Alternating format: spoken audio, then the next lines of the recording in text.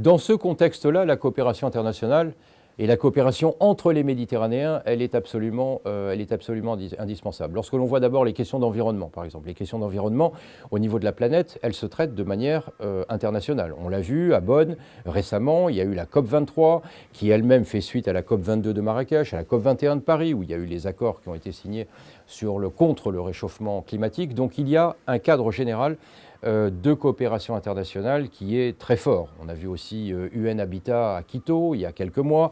Donc cet aspect est très important.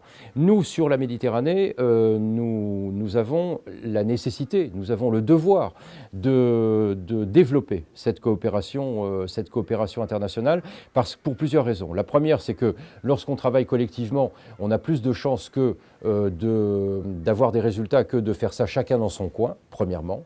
Deuxièmement, parce que les problèmes sont communs à tous les Méditerranéens, que ce soit le problème d'accès à l'eau, le problème du traitement des ordures, le problème de la pollution, le problème de la qualité de l'air, le problème de l'urbanisation sauvage, etc., etc. On rencontre ces problèmes partout autour de la Méditerranée. Donc là aussi, il y a un intérêt à agir de manière collective.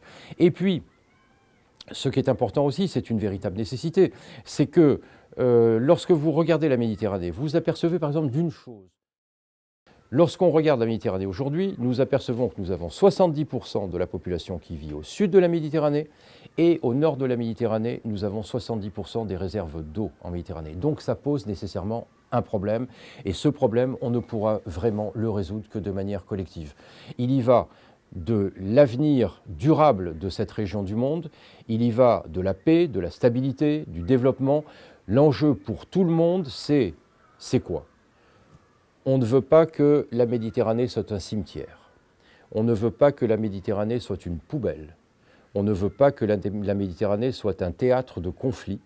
On ne veut pas que la Méditerranée soit un mur entre le nord et le sud. Donc si on ne veut pas tout ça, quelle est l'alternative? L'alternative, c'est de travailler tous ensemble et en commençant à travailler sur les questions d'aménagement urbain et d'aménagement territorial. Je vais mettre une petite sous-question ici. Qu'est-ce qu'on peut mieux faire au niveau de coordination des acteurs?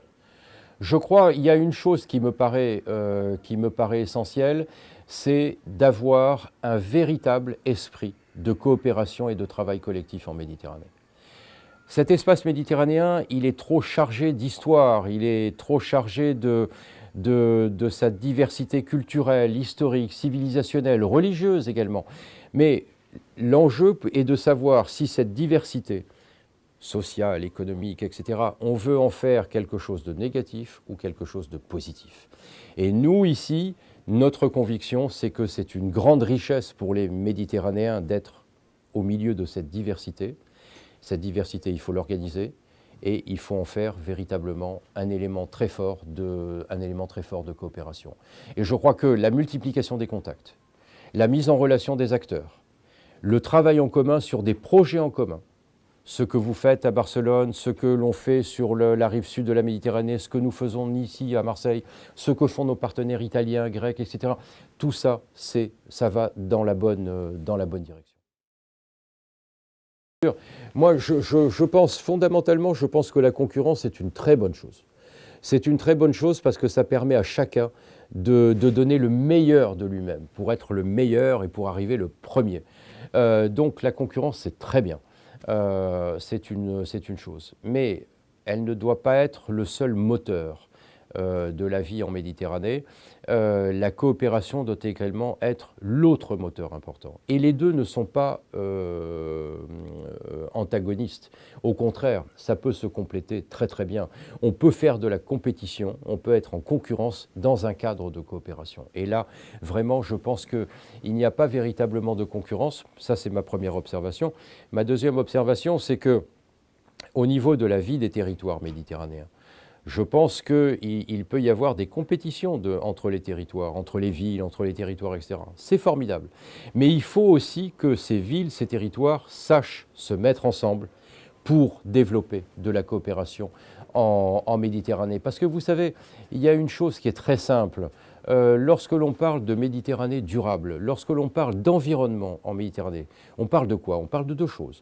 La première, quand on parle de ces questions-là, en fait, on parle de l'avenir de nos enfants.